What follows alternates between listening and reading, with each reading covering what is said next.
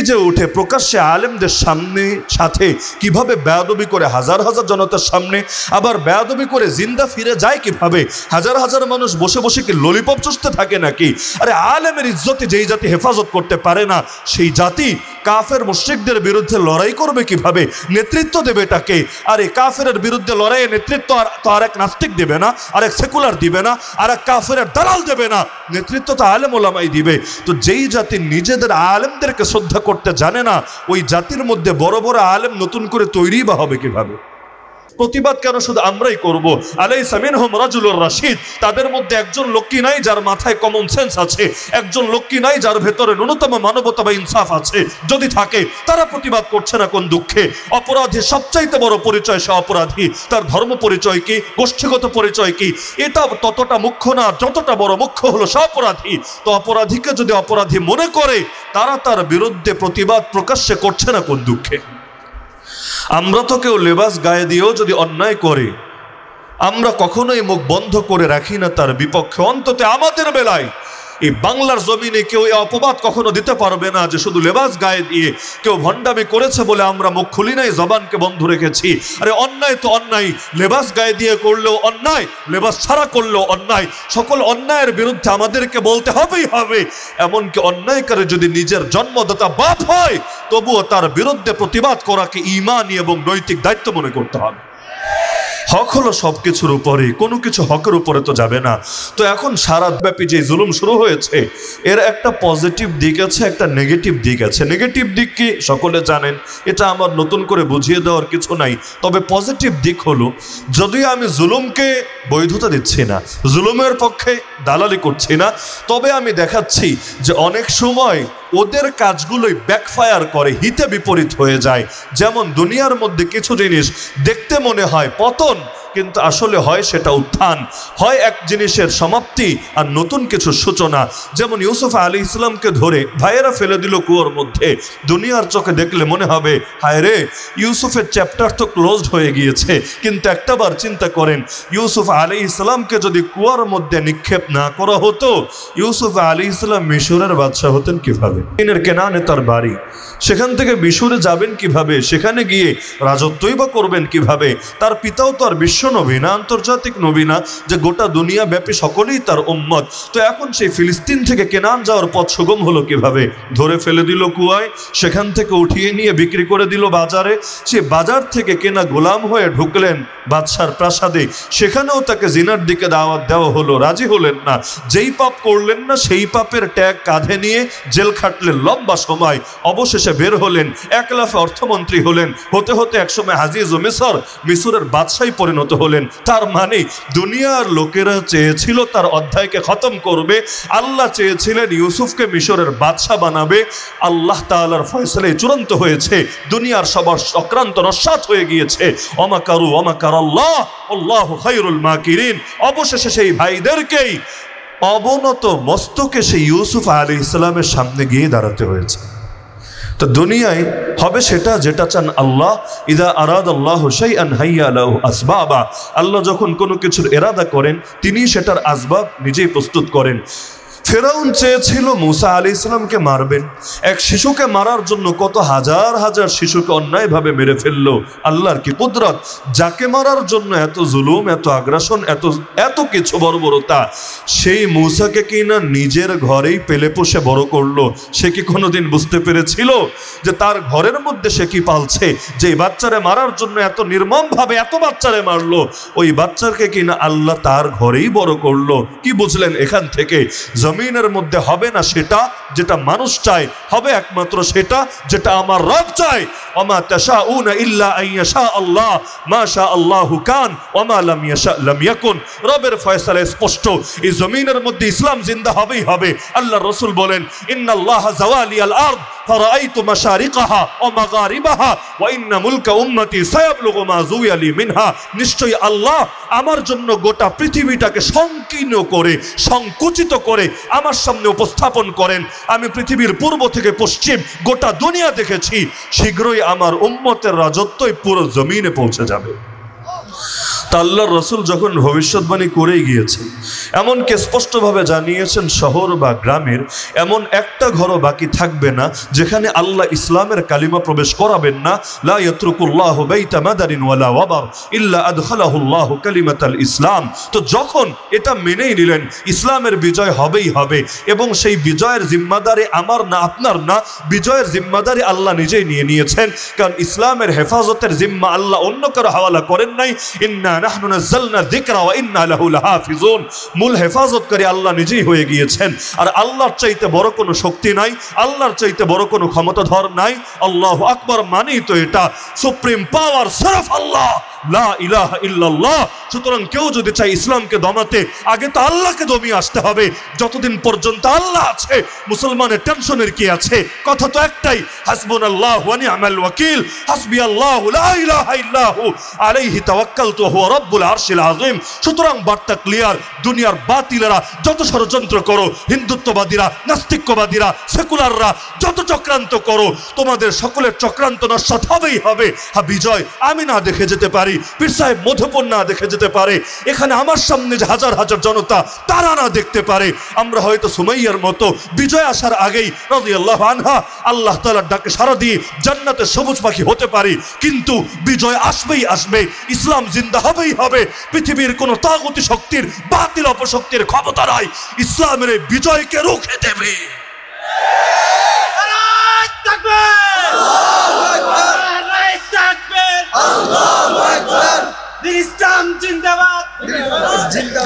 সুতরাং যে বার্তাগুলো আমি জুলুমের মধ্যে দেখতে পাচ্ছি, এক নম্বর বার্তা, পৃথিবীর বুকে আমার জানা মতে জুলুম ছাড়া কোনো জাতি জাগতে শেখে না।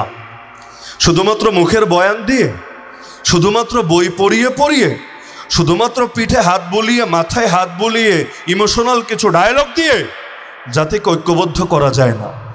আজকে এই মাহফিলে আসার পথেও আমার জন্মদাতা পিতা গাড়ির মধ্যে আমাদের সেই জেল জীবনের কিছু দুঃখের কথা আলাপ করতে গিয়ে কিছু কারগুজারি টেনে আনলেন। যেমন এই কারগুজারিও শোনালেন, আমরা যখন কারাগারে বাংলাদেশের একদম প্রথম সারির একজন আইনজীবীর কাছেও গিয়েছিলেন, নাম আমি বলবো না, নাম বললে সকলে এক নামে চিনবে, তার কাছে গেলেন যে আমার ছেলেটা তো কারাগারে বন্দি আছে, তো তার মামলাটা আপনি একটু লড়ার চেষ্টা করেন, পয়সাপাতি যা লাগে আমরা দেব, কিন্তু মামলাটা আপনি জিম্মাদারি নেন। আর আমরা জানি আপনি কোনো মামলার জিম্মাদারি নিলে যত কঠিন মামলা হোক এটা খালাস হতে মুশকিল হয় না। এক বাক্যে জবাব দিল, আমরা কোনো হুজুরের মামলা, এই টাইপের সন্ত্রাস বিরোধী আইনের মামলা নেই না। আপনার ছেলে যদি জিনার মধ্যে সেঞ্চুরিও করে আসতো, আপনার ছেলে যদি এক ট্রাক মদের সঙ্গেও ধরা খেত, এর চাইতেও কোনো বড় কুকর্ম করতো, আমার নিজেরও যাওয়া লাগতো না, আমি আমার লোক পাঠিয়েই তার একদিনের মধ্যে জামিনের ব্যবস্থা করাতাম। কিন্তু যেই অপরাধে সে গ্রেফতার হয়েছে এর জন্য আমার কিছুই করার নাই। তখন উত্তেজিত হয়ে তাকেও বলে এসেছিলেন যে আল্লাহর গজব পড়বে আপনাদের উপর। একজন আলেমের সামনে কিভাবে কথা বলতে হয় এটাই তো আপনি শিখতে পারেন নাই। তো যেই প্রসঙ্গে কথাটা টানলাম, যে এখন যে জাতির উপর জুলুম হয় সেই জাতি জাগতে শেখে। জুলুম ছাড়া কোনো জাতি পৃথিবীর বুকে জেগেছে এমন কোনো ইতিহাস নাই। জুলুমগুলো এসে আমাদেরকে ঐক্যবদ্ধ করে দেয়। যেমন মুসলমানদের যদি দেখেন, তারাদের সবাই এক দলের, এক মতের, বিষয়টা কিন্তু এমন না। তাদের মধ্যেও বহু দল ছিল, আছে, বহু মত ছিল, আছে, কিন্তু নিজেদের অস্তিত্ব রক্ষার স্বার্থই তাদেরকে ঐক্যবদ্ধ করতে সক্ষম হয়েছে। তো আমাদের মধ্যেও বহু দল, বহু ভাগ, বহু মত ছিল, আছে, আগামীতেও থাকবে।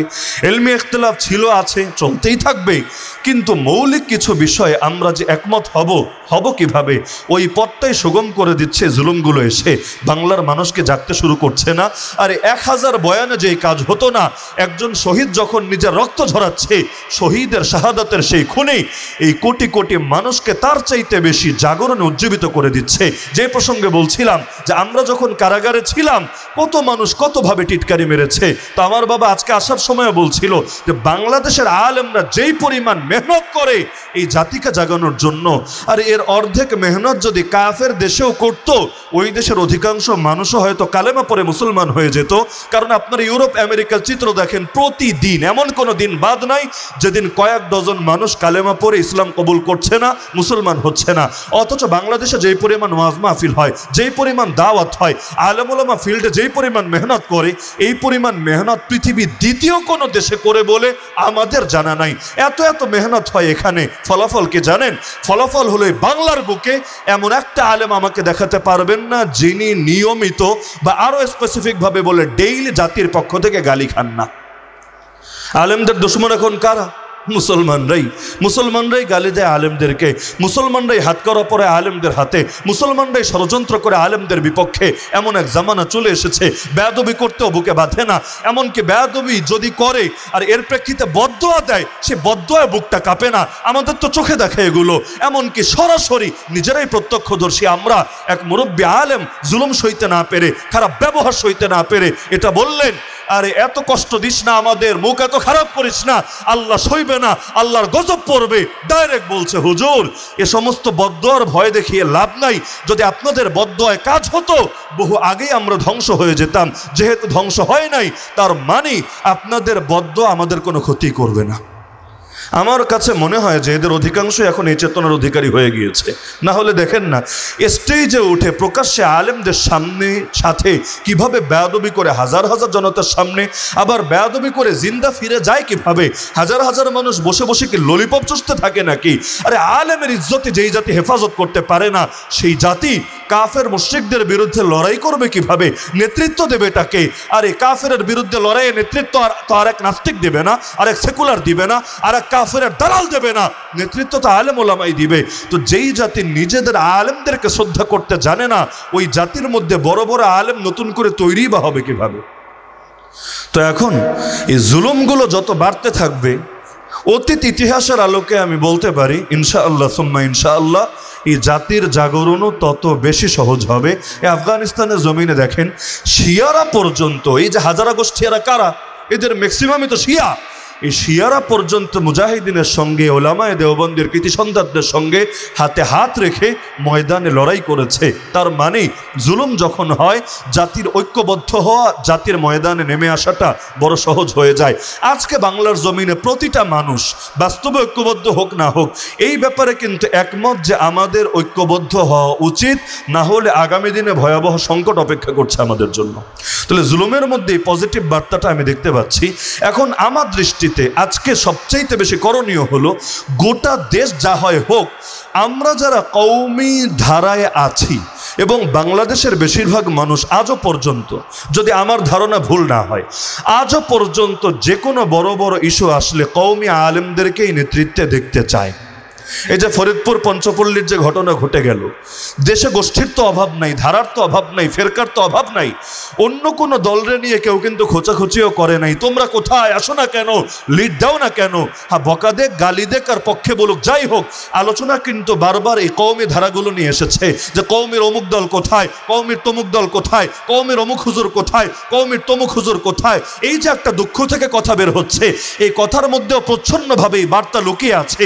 যদি কওমি ওলামায়ে কেরাম সম্মিলিতভাবে ময়দানে নেমে লিড দিতে শুরু করে, এই জাতি আজও পর্যন্ত তাদের নেতৃত্বে ঐক্যবদ্ধ হতে রাজি আছে। যার নজির আমরা 2013 সালে দেখেছি, যার নজির আমরা ইতিপূর্বে বহু আন্দোলনের সময় দেখেছি।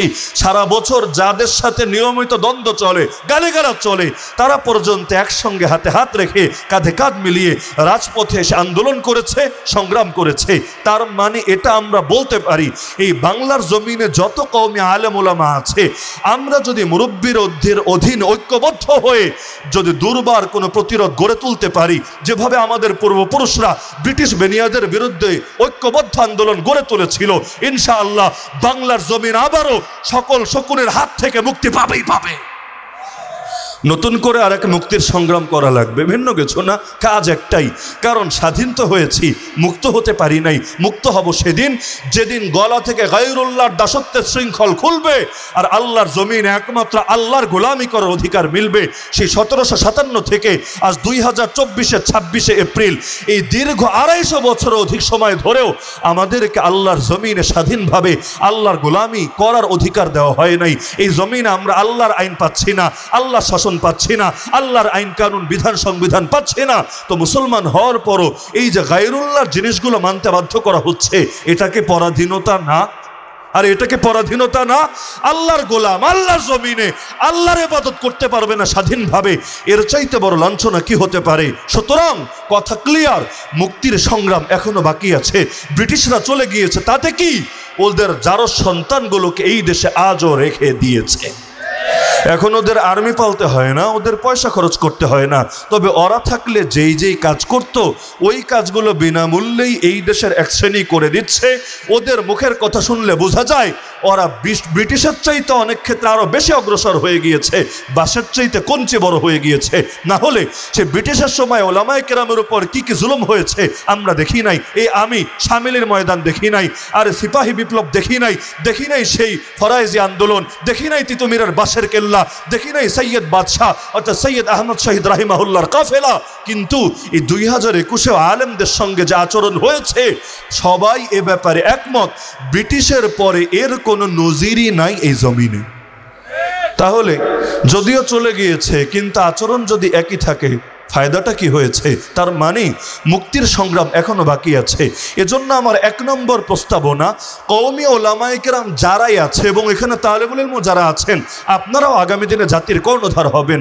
আমার একটাই বিনীত অনুরোধ যে গোটা জাতির সব ধারার সব আলেমকে যদি বলি ঐক্যবদ্ধ হন, এটা বলা সহজ বা বলা সম্ভব, তবে বাস্তবে রূপায়িত হবে বলে দিল সাক্ষ্য দিতে চায় না, অন্তত বর্তমানের যে হালত দেখছি এর আলোকে। কিন্তু আমার অনুরোধ থাকবে, এখানে কওমি ঘরানার যারা আছেন, আল্লাহর ওয়াস্তে সবাইকে আমরা পারবো না মৌলিক কিছু ব্যাপারে ঐক্যবদ্ধ হতে?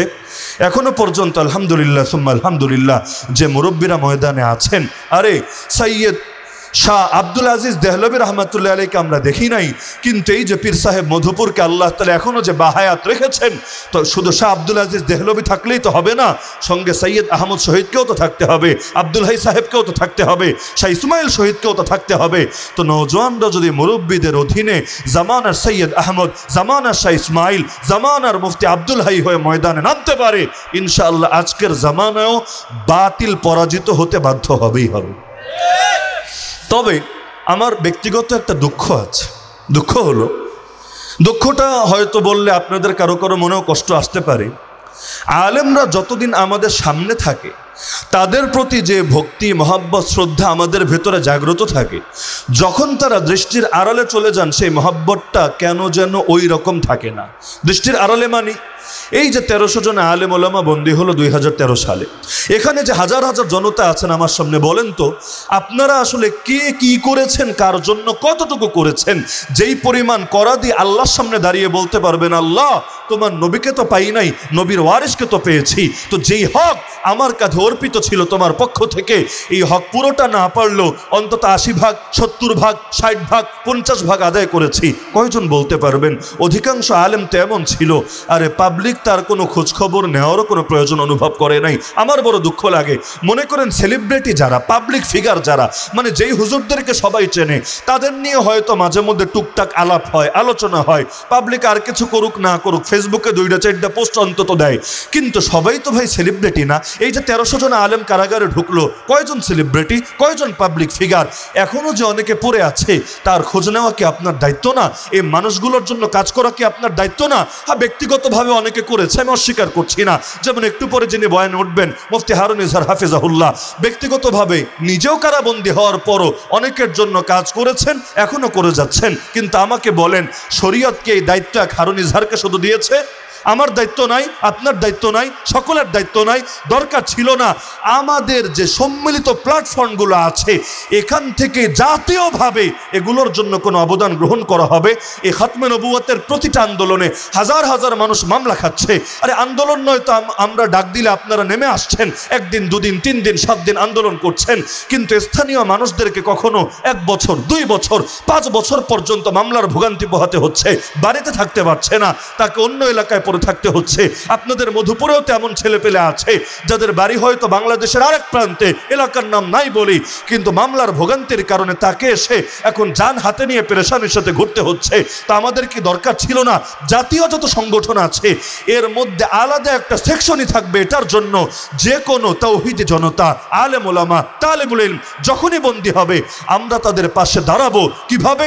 শুধু মামলা লড়াই করেই না, জেলে যারা থাকে তাদেরও কিছু টাকা পয়সা লাগে, যে জেলে খাবার দাবারের জন্য, ব্যক্তিগত জরুরতের জন্য, তেল সাবানের জন্য নিয়মিত প্রতিটা সাথীর খোঁজ খবর নেব।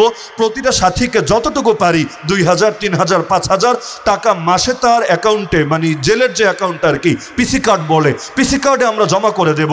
তার পরিবার যদি স্বাবলম্বী হয় আলহামদুলিল্লাহ, স্বাবলম্বী যদি না হয় আমরা এই পরিবারের জন্য কিছু করার চেষ্টা করব, যাতে করে তার মা, তার বাবা, তার আত্মীয় স্বজন এটা না বলে হায় আজ রাসূল নাই তাই আমাদের খোঁজ নেওয়ার কেউ নাই। হায় আজ যদি রাসূল থাকতো, যেমনিভাবে রাসূল এক ওসমানের রক্তের বদলা নেওয়ার জন্য সাহাবীদের থেকে জিহাদ আর শাহাদাতের বায়াত নিয়েছিল, আমার পুত্রটার জন্য এই জামানার রাসূলের ওয়ারিসরা কিছু না কিছু করত।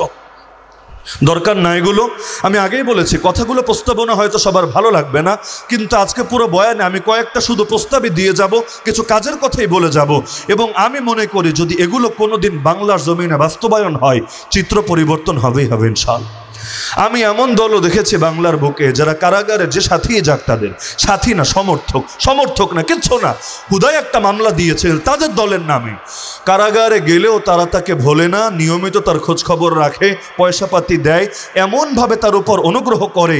বের হওয়ার পর যদি ঢোকে সমর্থক হয়ে বের হয়ে কর্মীতে পরিণত হয়, সে মনে করে যে আল ইনসান আব্দুল ইহসান, আমার উপর যেহেতু অবদান করেছে আমারও উচিত সারা জীবন তাদের সঙ্গ দেওয়া। আর বিপদে যে পাশে থাকে মানুষ কিন্তু তাকেই খাঁটি বন্ধু মনে করে। বাংলায় বলে না বিপদে বন্ধুর পরিচয়, অথচ আমরা আমাদের সার্কেলে দেখেছি ঢুকেছে কর্মী হয়ে, সমর্থক না কর্মী হয়ে, কিন্তু বের হওয়ার সময় আমাদেরকে এই কথা বলে বের হয়েছে, হুজুর জীবনে আর নামবো না তাদের সাথে মাঠে। কেন?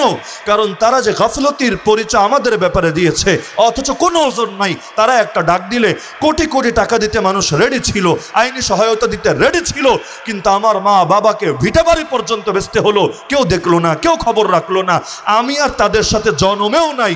এই কথাগুলো বলে যখন বের হতো কলিজাটা দুমড়ে মুচড়ে যেত, ফেটে যেত। অন্যদের কথা কি বলবেন রে ভাই, যারা এই দেশে প্রসিদ্ধ আলেম ওলামা, যারা জেল খেটে এসেছে, এক একজনের সাথে ইন্ডিভিজুয়াল ভাবে আলাপ করে আসেন না, যারা দলীয় মামলা খেয়েছে, সাংগঠনিক মামলা খেয়েছে, তাদেরও খোঁজ খবর নেন না। কে রাগ হবে কে খুশি হবে আমার দেখার দরকার নাই, বাস্তবতা বলতে হবেই হবে। এই যে আলেমরা আজকেও যারা বয়ান করলেন আপনাদের সামনে, কার জন্য কে কি করেছে কয়জন বলতে পারবে?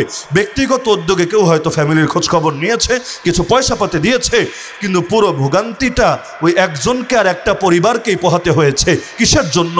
যেই কোটি কোটি জনতা মাঠে ময়দানে তাদেরকে সমর্থন দেয়, তারা মিলে কি আজও পর্যন্ত পারলো না শক্তিশালী একটা প্ল্যাটফর্ম গড়ে তুলতে? কাফিররা তো পেরেছে, মুশরিকরা তো পেরেছে, নাস্তিকরা তো পেরেছে, বিধর্মীরা তো পেয়েছে, আমরা পারবো না কোন দুঃখে? তা আমার বার্তা ক্লিয়ার, দল, সংগঠন, ধারা এগুলো মুখ্য কিছু না, মুখ্য হলো আদর্শ। কোনো দলের সঙ্গে হকের ট্রেডমার্ক মারা নাই যে ওই দলই সারা জীবন একই আদর্শে থাকবে এবং সারা জীবন তাদেরই পুজো করে যেতে হবে। আমার অনুরোধ থাকবে যে আমরা মাজলুমদেরকে না ভুলি, আল্লাহর ওয়াস্তে মাজলুমদের জন্য সর্বদা কিছু করার চেষ্টা করি। এবং এক্ষেত্রে মুরব্বীদের প্রতি আমরা আরও বেশি কিছু আশা রাখি যে মুরব্বীরা খালে যদি উদ্যোগ নেন, কিচ্ছু লাগবে না রে ভাই, এই জাতি এখনও তৈয়ার আছে। এই যে আপনারা যারা আছেন, আচ্ছা যে ছাত্র ভাইয়ারও আছেন, আমরা যদি আপনাদেরকেই বলি প্রত্যেকে তার পকেট থেকে অন্তত 500-1000 টাকা দিবেন মাজলুমদের খেদমতে, আপনারা কি দিবেন না? আমার অন্তর বলে বাংলার জমিনে একটা মানুষও পিছিয়ে থাকবে না। প্রয়োজন খালি উদ্যোগ, প্রয়োজন খালি একটু হিম্মত। আমরা খালি উদ্যোগ আর হিম্মত নিলে কেউ কিচ্ছু বলবে না। হ্যাঁ বলতে পারেন আপনি আলাদাভাবে কিছু করে ফেললেই তো হয়, না, আলাদাভাবে কেউ যদি কিছু করতে যায় সে শকুনের দৃষ্টিতে পড়ে যাবে। সবাই মিলে যদি কাজ করে ইনশাআল্লাহ কারো কিছুই হবে না। এই যে ফরিদপুরের পঞ্চপল্লীর ঘটনা নিয়ে বাংলাদেশে হাতে গোনা কয়েকজন আলেম জোরালো প্রতিবাদ করেছে। আমি সত্য বলছি না মিথ্যা? যেই পরিমাণ দরকার ছিল প্রতিবাদ 1000 ভাগের 1 ভাগও হয় নাই। ফলাফল কি জানেন? ইতিমধ্যে তাদের নামের তালিকাও হয়ে গিয়েছে। কে করেছে কোথায় করছে আমি বলছি না, বলার জরুরত নাই। ইতিমধ্যে এই তালিকাও প্রস্তুত হয়ে গিয়েছে যে কারা কারা কারা কারা এই ইস্যুতে শক্ত প্রতিবাদ করছে। অথচ কথাগুলো কি শুধু সেই হুজুরদের কথা না গোটা জাতির কথা? আরে বলেন না, মাওলানা মামুনুল হক সাহেবের বয়ানের আগে একবার অলিপুরি হুজুর বলে ফেললেন যে মামুনুল হকের মুখ থেকে যে কথাগুলো বের হচ্ছে, বলছে এক মামুনুল হক, কিন্তু ভাববা না কথাগুলো এক মামুনুল হকের কথা, কথাগুলো আমাদের প্রত্যেকের দিলের কথা। তো যদি কথাগুলো সবার কথা হয়, এবার আপনি চিন্তা করেন সবাই মিলে যদি একসঙ্গে গর্জে উঠতো, বাংলাদেশে আলেম ওলামার সংখ্যা অন্তত 50 লাখ হবে না? আরে হবে কি না? এগুলো তো এমন কোনো ইলমে সূক্ষ্ম বিষয় না যেটা নিয়ে কথা বলতে চাইলে বড় মুফতি হওয়া লাগবে, বড় আল্লামা হওয়া লাগবে, অনেক বড় হামরি কিছু হওয়া লাগবে, কিচ্ছু না। খালি দিলের মধ্যে রবের উপর তাওয়াক্কুল আর নবীর মোহাব্বত থাকলেই চলবে। জীবনটা আল্লাহর কাছে কোরবান করে শাহাদাতের তামান্না রাখতে পারলেই চলবে। তো এই দেশে 50 লাখ আলেম বাদ দেন, 20 লাখ বাদ দেন, 10 লাখ বাদ দেন, আরে অন্তত যদি 50,000 1 লাখও একসঙ্গে গর্জে উঠতো, প্রত্যেকে নিজের প্ল্যাটফর্ম থেকে একযোগে এক সুরে কথা বলতে থাকতো, কয়জনের তালিকা করত, কয়জনকে জেলে ভরত, কয়জনকে মিথ্যা মামলা দিত, কয়জনকে পেরেশান করত, ওদের তো হিম্মত হতো না এই সমস্ত বিশাল কাফেলার বিরুদ্ধে দাঁড়ানো। তাহলে দায়িত্ব শুধু অন্যের কাঁধে কেন হস্তান্তর করছি, নিজে কেন এগিয়ে আসছি না? প্রত্যেকে এক সুরে কথা বলি না। আরে ভাই, অমুকের সাথে ইখতিলাফ আছে, তমুকের সাথে ইখতিলাফ আছে, ইখতিলাফ থাকুক ইখতিলাফের জায়গায়, যেখানে ঐক্যবদ্ধ হতে হবে ওই জায়গাটা ইখতিলাফের বাইরে গিয়ে একই সুরে সুর মিলিয়ে আল্লাহু আকবার বলে বলে একসাথে তো ময়দানে নামতে হবেই হবে। তাহলে এখন যে পঞ্চপল্লীর ইস্যু বলেন, ট্রান্সজেন্ডারবাদ বলেন, বান্দর তত্ত্ব বলেন, আরও আসবে, আগামীতে আসবে। কারণ আল্লাহ রসুল সাল্লাল্লাহু আলাইহি ওয়াসাল্লাম যেমন ফিতনার হাদিসের মধ্যে বলেছেন যে কিয়ামতের আগের হালত এমন হবে, তসবির রশি ছিঁড়ে গেলে দানাগুলো যেমন একের পর এক গড়িয়ে পড়তে থাকে, সে জামানার ফিতনাগুলো এমন হবে। তো এখনও চূড়ান্ত হালত যদি আসে নাই, কিন্তু ইতিমধ্যে বাংলাদেশের পরিস্থিতিও সেদিকে আগাচ্ছে। আপনি কোনো একটা নিয়ে প্রতিবাদ করে কামেল গন্তব্যে পূর্ণাঙ্গভাবে পৌঁছতে পারবেন না। এর আগে দেখবেন আরেক সমস্যা এসে হাজির হয়েছে। পঞ্চপল্লী নিয়ে প্রতিবাদ করতে করতে আরও কত ইস্যু একসঙ্গে দাঁড়িয়ে গেল। ঢাকা ভার্সিটিতে ইস্তেসকার নামাজের অনুমতি দেয় নাই, অথচ শিখরা তরবারি উঁচিয়ে উঁচিয়ে শোডাউন থেকে করতে পেরেছে। তো শিখরা তরবারি উঁচিয়ে শোডাউন করবে, এতে সমস্যা হবে না, উগ্রবাদ পাবে না, সাম্প্রদায়িকতা পাবে না, মৌলবাদ পাবে না। অথচ ছাত্ররা সলাতুল ইস্তেসকা পড়বে, কয় মিনিটে লাগবে? 5 মিনিট, 10 মিনিট, 15 মিনিট, কি এমন সমস্যা হবে? এখানে তরবারিও থাকবে না, পিস্তলও থাকবে না, কিন্তু অনুমতিও দেয় নাই, এই অধিকারটাও কেড়ে নিয়েছে। তো ঢাকা ভার্সিটি কি কোনো পায়খানার জায়গা নাকি, কোনো বাথরুম নাকি, যে নামাজ পড়তে চাইলে পাক জায়গায় পড়তে হয়, না পাক জায়গায় পড়া যায় না? ওরা কি নিজেদেরকে বাথরুম মনে করে নাকি যে ও জায়গায় নামাজ পড়তে দিবে না, তবে শয়তানে ঠিকই করতে দিবে? এই জুলুম তো কিছুতেই মেনে নেওয়া যায় না। এর মধ্যে চট্টগ্রামে চক্ষু হসপিটাল আইন জারি করে দিল, মেয়েরা নিজেদের চেহারা ঢাকতে পারবে না, চোখ ঢাকতে পারবে না, নিকাব পড়তে পারবে না। আবার আরেক দিক দিয়ে ওই, আমি নাম বলবো না, কিছু পাবলিক ফিগারের ব্যাপারে জারি করে দেওয়া হলো এই দুর্নীতি, ওই সমস্যা, কিডনি বিক্রি, প্রত্যঙ্গ বিক্রি করে, এই করে সেই করে। মানে একটা না একটা শয়তানি যেন জারি রাখতেই হবে, যে একটা ইস্যু নিয়ে যেহেতু দেশ গরম হয়েছে, এখন গুজব ছড়িয়ে হোক বাস্তবে হোক, নজর আরেক দিকে ঘুরাতে হবেই হবে। আমাদের যত আন্দোলন হয়েছে, প্রতিটা আন্দোলনে দেখবেন একটা আন্দোলন নিয়ে সিরিয়াস হতে না হতে আর 10টা আন্দোলনের প্রেক্ষাপট তৈরি হয়ে যায়, যার কারণে পাবলিক এখন আন্দোলন করার শক্তিই পায় না। এখন ডাক দিয়ে দেখেন কয়জন মানুষ ময়দানে নামার হিম্মত করে, মানে আন্দোলনের জজবাটাই খতম হয়ে গিয়েছে। কারণ সমস্যা যখন মাত্রাতিরিক্ত বেড়ে যায়, হৃদয়ের জজবা কমে যায়। আমরা ছোটবেলায় দেখতাম যখন আমেরিকা আরও বিভিন্ন দুর্ঘটনা ঘটলো, গোটা মুসলিম বিশ্ব একসঙ্গে গর্জে উঠলো, বুশের কুশপুত্তলিকা দাহ করলো, আরও কত প্রতিবাদ প্রতিরোধ হলো। আর এখন যখন পত্রিকায় পড়েন, ডেইলি পড়েন, অমুক দেশে এতজন মুসলমান মরেছে, তমুক দেশে এতজন নারী ধর্ষিতা হয়েছে, অমুক দেশে এতটা শিশুকে মারা হয়েছে, ওই রকম অন্তরে ফিলিংসে আসে না। আসবে কিভাবে? কারণ মুসলমান মরবে, ধর্ষিতা হবে, মায়ের খাবে, গুলি খাবে, আহত হবে, পঙ্গু হবে, জেলে যাবে, এগুলো একেবারে গা শোয়া হয়ে গিয়েছে। তো সবরে তাওইল, এই মাত্রাতিরিক্ত সবর করলে অনেক সময় যদি জুলুমটা গা শোয়া হয়ে যায়, তখন আর লোকে জাগতে চায় না। আজকে বাংলাদেশে কোনো হুজুর যদি জাগরণের কথা বলে, এই মুসলিম জাতি তাকে ভুল বুঝে, তার বিরুদ্ধে অবস্থান নেয়। কেন জানেন? সেই 1757 থেকে এই 2024 পর্যন্ত গোলামি করতে করতে করতে করতে গোলামি রক্তে রক্তে রন্ধে রন্ধে মিশে গেছে। এখন কেউ যদি এমন কথা বলে যেই কথার কারণে তার গোলামির জীবনটা ক্ষুণ্ণ হয়ে নতুন কষ্টের জীবন, জিহাদের জীবন, মুজাহাদার জীবন হাসিল করতে হবে, তখন বলে না না না না, এগুলোর কোনো দরকার নাই, আমি কুত্তার মতো শুধু মনিবের পক্ষ থেকে একটু গোস্ত আর একটু রুটি খেলেই চলবে। এই যে গোলামি করতে করতে এখন গোলামির বাইরে কিছু ভাবতে পারে না, এর চাইতে একটা জাতির জন্য অবক্ষয় আর অধপতন কিছু হতেই পারে না। তো সুতরাং আমাদেরকে মৌলিক কিছু বিষয়ে ঐক্যবদ্ধ হতে হবে। কয়েকটা আন্দোলন আমাদেরকে এখন চূড়ান্তভাবে ফিনিশিং দিতে হবে। স্বাধীনতার 53 বছর হলো, আর কত ধৈর্য, আর কত সান্ত্বনা। খাতমে নবুয়তের আন্দোলনকে চূড়ান্ত করতে হবেই হবে। আমার একটা জিনিস ভালো লাগছে, আলহামদুলিল্লাহ সুম্মা আলহামদুলিল্লাহ, খাতমে নবুয়তের 7টা সংগঠন হুজুরের নেতৃত্বে আলহামদুলিল্লাহ ঐক্যবদ্ধ হওয়ার কাছাকাছি। কাছাকাছি কেন বললাম, এর বিস্তারিত ব্যাখ্যা ওদিকে যাওয়ার দরকার নেই। কাছাকাছি আমি নিয়মিত হার রোজ দোয়া করার চেষ্টা করি যে আল্লাহ পীর সাহেব হুজুরকে আপনি নেক হায়াত দান করেন, হুজুরের জীবদ্দশায় এই খাতমে নবুয়তের আন্দোলনের বিজয় দেখে যাওয়ার তৌফিক দান করেন। কারণ চোখের সামনে অন্ধকার দেখতে পাচ্ছি, আমি এটা কল্পনাই করতে পারি না যে হুজুরের পর এই আন্দোলন কি হতে পারে। কারণ এত পরিমাণ দুই নম্বরই দেখতে দেখতে অনেক সময় এখন মনে আশাই জাগতে চায় না, আস্থায় আসতে চায় না।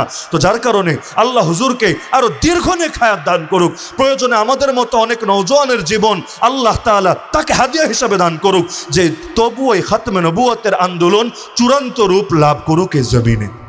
2 নম্বরে হিন্দুত্ববাদী আগ্রাসনটাকেও এই মুহূর্তেই থামিয়ে দিতে হবে।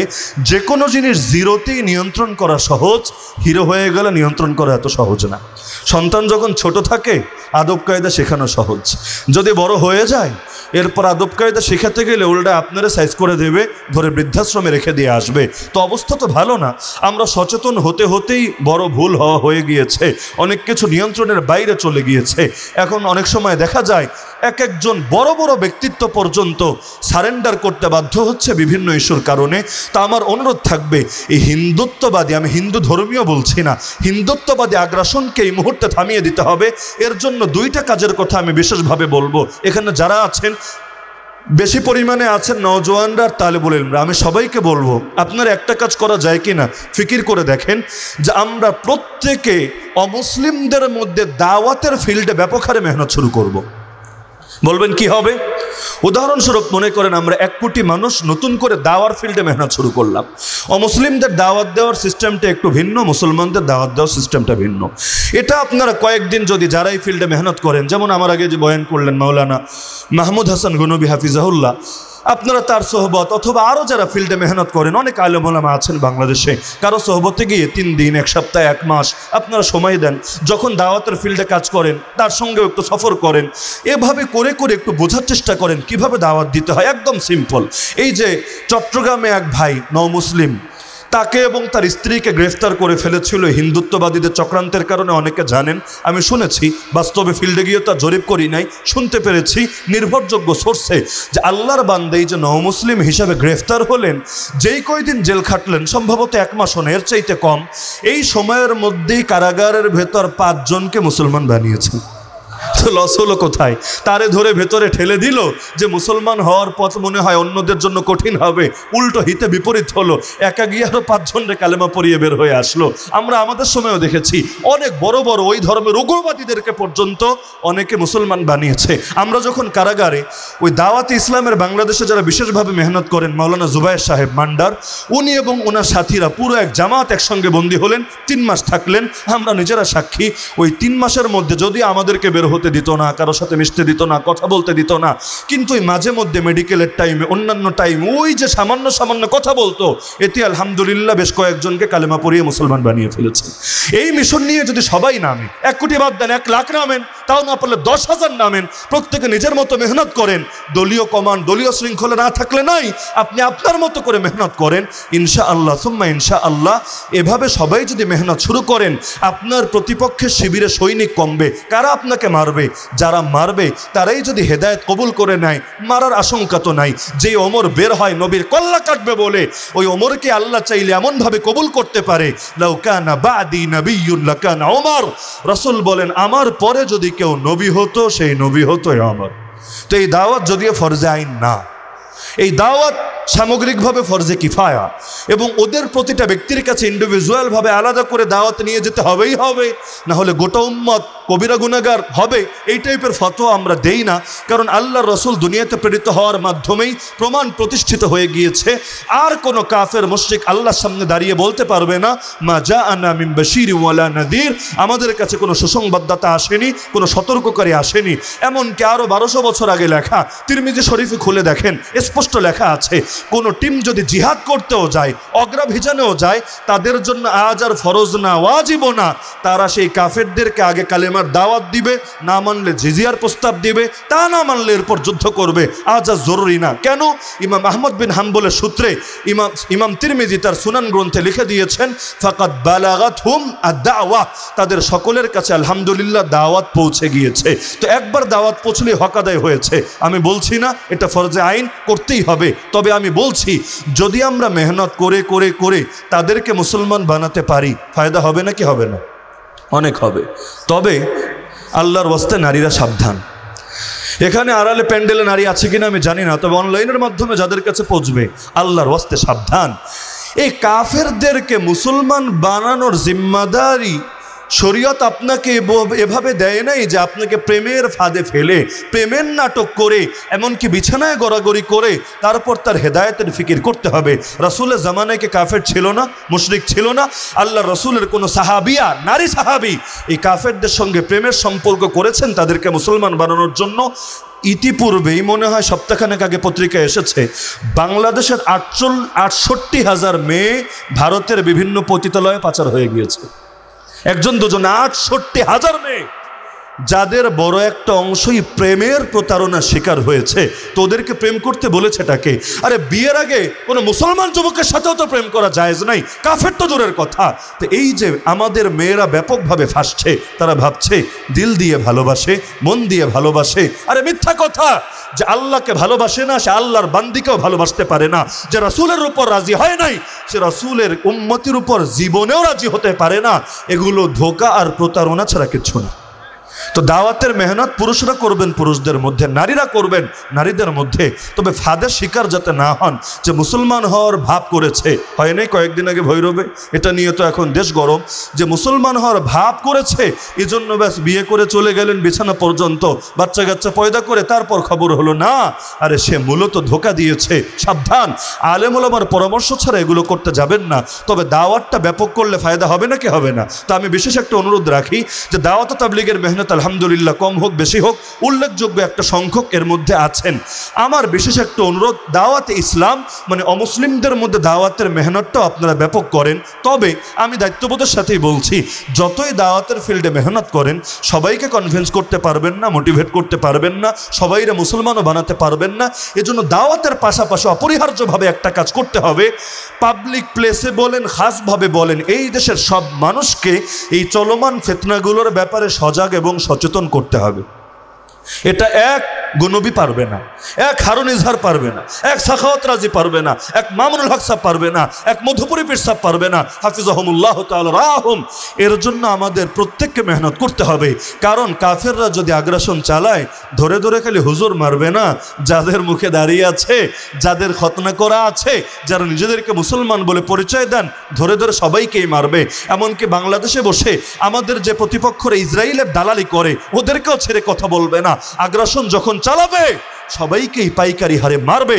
সুতরাং সমস্ত মুসলমানদেরকে ফিতনার ব্যাপারে সজাগ করেন। রিকশায় উঠেছেন, বাসে উঠেছেন, দোকানে চা খেতে গিয়েছেন, বন্ধুর সঙ্গে আড্ডা দিচ্ছেন, সব জায়গায় গণহারে বলেন। এমনকি অনলাইনেও লেখালেখি করেন। 10 জন লিখবেন, গ্রেফতার হবেন। 20 জন লিখবেন, পেরেশানিতে পড়বেন। 100 জন লিখবেন, আপনাদেরকে পাকড়াও করবে।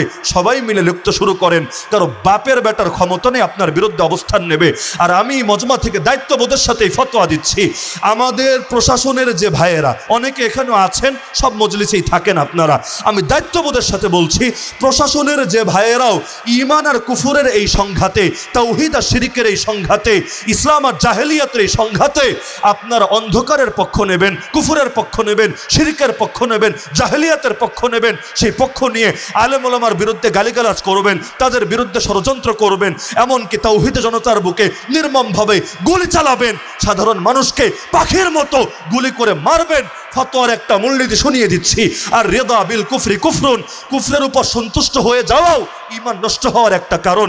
এমনকি কোরআন এবং সুন্নাহর একটা অকাট্য মূলনীতি হলো, কেউ যদি কাফেরদেরকে সাহায্য করে মুসলমানদের বিপক্ষে, এই কুফরের প্রতি সন্তুষ্ট হয়ে সে আর মুসলমান থাকে না, বেঈমানে পরিণত হয়ে যায়। সুতরাং প্রশাসনের যারা আমাদের বুকে গুলি চালাবে, প্রশাসনের যারা আমাদের হাতে হাত করা পরাবে, প্রশাসনের যারা আমাদের বিরুদ্ধে ষড়যন্ত্র করবে, প্রশাসনের যারা আমাদেরকে দমিয়ে দিতে চাইবে, নিশ্চিহ্ন করতে চাইবে, এ কারণে আমরা কুফরের বিপক্ষে, শিরকের বিপক্ষে, জাহেলিয়াতের বিপক্ষে, ঈমানের পক্ষে, তাওহীদের পক্ষে, রিসালাতের পক্ষে, খাতমে নবুয়তের পক্ষে। আল্লাহর কসম, আপনারা আর মুসলমান থাকবেন না, আপনাদের হাসর হবে এ আবু জাহাল, আবু লাহাব আর জামানার এই ফিতনাবাজদের সাথে। তোমাদের মধ্য থেকে যারা তাদেরকে বন্ধু বানাবে তারাও তাদের অন্তর্ভুক্ত বলে বিবেচিত হবে। আমি বাংলাদেশের আলেম সমাজকে ছোট মুখে আমি একটা অনুরোধ করছি, যারা আমার সমপর্যায়ে তাদেরকে আবদার করছি, যারা নিচের পর্যায়ে আছেন আমাদের জুনিয়র তাদেরকে বিশেষভাবে দিলটা খুলে আমি আদেশ করছি, আর যারা সিনিয়র আছেন তাদেরকেও আমি একটু ফিকির করতে বলছি। যেই সমস্ত মানুষগুলো এভাবে প্রকাশ্যে আলেম ওলামার বিপক্ষে, তাওহীদ জনতার বিপক্ষে অবস্থান নেয়, বুকে গুলি চালায়, আপনারা আজকে থেকে কঠোর হন তাদের বিপক্ষে। আমরা এদের জানাজা পড়ব না যদি না তওবা করে, আমরা এদের বিয়ে অনুষ্ঠানে যাব না, আমরা এদেরকে দেখলো সালাম দিব না, এদেরকে আমরা কাফের বলে ফতোয়া জারি করে দিব। ইনশাআল্লাহ আগামীকাল থেকে দেখবেন ফিতনা কমে গেছে। মানুষ এখনো সামাজিকতাকে ভয় করে, আল্লাহকে যতটুকু ভয় করে তার চাইতে বেশি সামাজিকতাকে ভয় করে।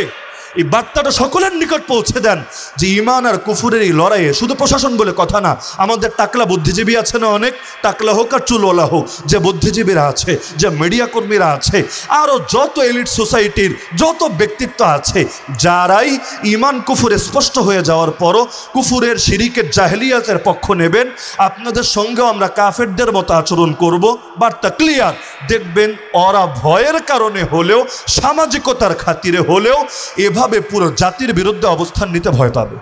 তবে বলবো কারে রে ভাই, এই দেশে চিহ্নিত নাস্তিক, খালি নাস্তিক না, শাতিমে রাসূল যারা নবীরে গালিগালাজ করে, ওরা মরলেও ওদের জানাজা পড়ানোর লোকের অভাব হয় না। এমনকি মৃত্যু পর্যন্ত যে নেতারা খেতারা সারা জীবন ইসলামের বিরুদ্ধে গালিগালাজ করে, আলেম ওলামার সঙ্গে ব্যঙ্গ করে আর তওবা করেছে এমন কোনো প্রমাণ নাই, তারপরও এই সমস্ত পশুগুলো মারা গেলে গর্বের সাথে জানাজাই পড়ে না, মাইক হাতে নিয়ে তাদের পক্ষে সাফাই গায়ে দালালি করে। আরে দরকার হলো হাফেজ জি হুজুর রহমাতুল্লাহ আলাইহি সে আদর্শ এখানে কায়েম করা। হাফেজ জি হুজুর যে তওবার রাজনীতি করেছিলেন, সেখানে তার তিনটা বড় একটা শিরোনাম ছিল, যে এই তিনটা কারণকে তিনি দেখিয়েছেন এবং তিনি কড়াকড়িও করেছেন। এর মধ্যে একটা কড়াকড়ি ছিল যে এই সমস্ত আমাদের মাথার উপর এখন যারা চেপে আছে, আল্লাহর আইন বিরুদ্ধে অবস্থান নেওয়ার কারণে তাদের ঈমানও চলে গিয়েছে। সুতরাং যারা তাদের সঙ্গে সম্পর্ক রাখবে আমরা তাদেরকেও বয়কট করতে বাধ্য হব, এমনকি তারা মারা গেলে জানাজা পর্যন্ত পড়ব না। নাসিম আরাফাত সাহেবের বই আছে বাংলার হিরেমতি পান্না, এখানে যে খণ্ডটা লিখেছেন হাফেজ জি হুজুরকে নিয়ে, সেখানে লম্বা চওড়া করে আলাপটা পেয়ে যাবেন। আমার অনুরোধ থাকবে তালেবুল ইলম ভাইয়েরা সবাই দেখে নেবেন। আমার এখান থেকে অনুরোধটা করছি, কোনো হুজুর যদি আদর্শের বাইরে গিয়ে এভাবে অবস্থান নেয় কুফুরের পক্ষে, শিরিকের পক্ষে, জাহেলিয়াতের পক্ষে, আপনারা সকলে মিলে তাকেও বয়কট করবেন যদি না সে প্রকাশ্যে ভুল স্বীকার করে। কারণ লড়াইয়ের মধ্যে লেবাসটা মুখ্য না, লড়াই হচ্ছে মানে দুইটা দল স্পষ্ট হয়েছে, দুইটা তাবু হয়ে গিয়েছে। সুতরাং থাকলে হয়তো এই তাবুতে, না হলে ওই তাবুতে, মাঝামাঝি হবে না। ওই ট্রান্সজেন্ডারবাদ এখানে চলবে না, যে বাইরে দিয়ে দেখতে তো হুজুরি, ভেতর দিয়ে আমি তলে তলে হিন্দুত্ববাদী।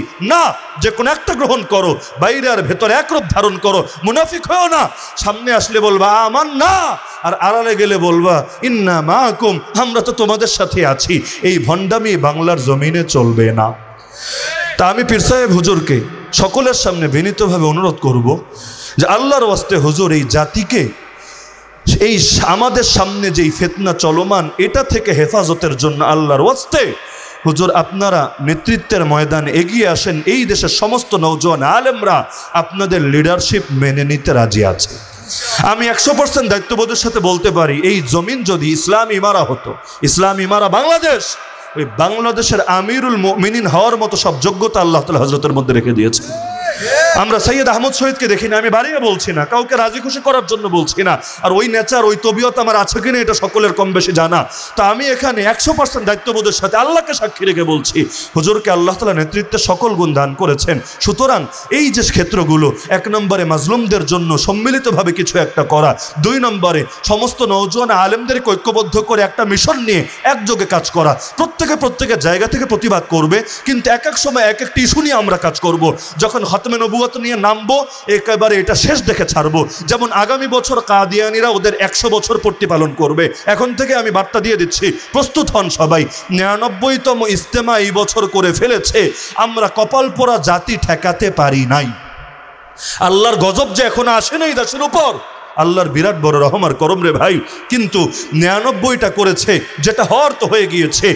ওরা সেঞ্চুরি করবে, শতবর্ষ পালন করবে, আমরা জিন্দা থাকতে বাংলার মাটিতে কিছুতেই সেটা হতে দেব না। এই জমিনে খতমে নবুয়তের শানে প্রকাশ্যে গোস্তাখি হবে, আর আমরা মাঠে ময়দানে জিন্দা বিচরণ করব, এটা হবে না। হয়তো এই জমিন থেকে আমাদের লাশ উঠবে, না হলে এই খতমে নবুয়তের শানে যারা গোস্তাখি করে ওদের ইজতেমা বন্ধ হবেই হবে।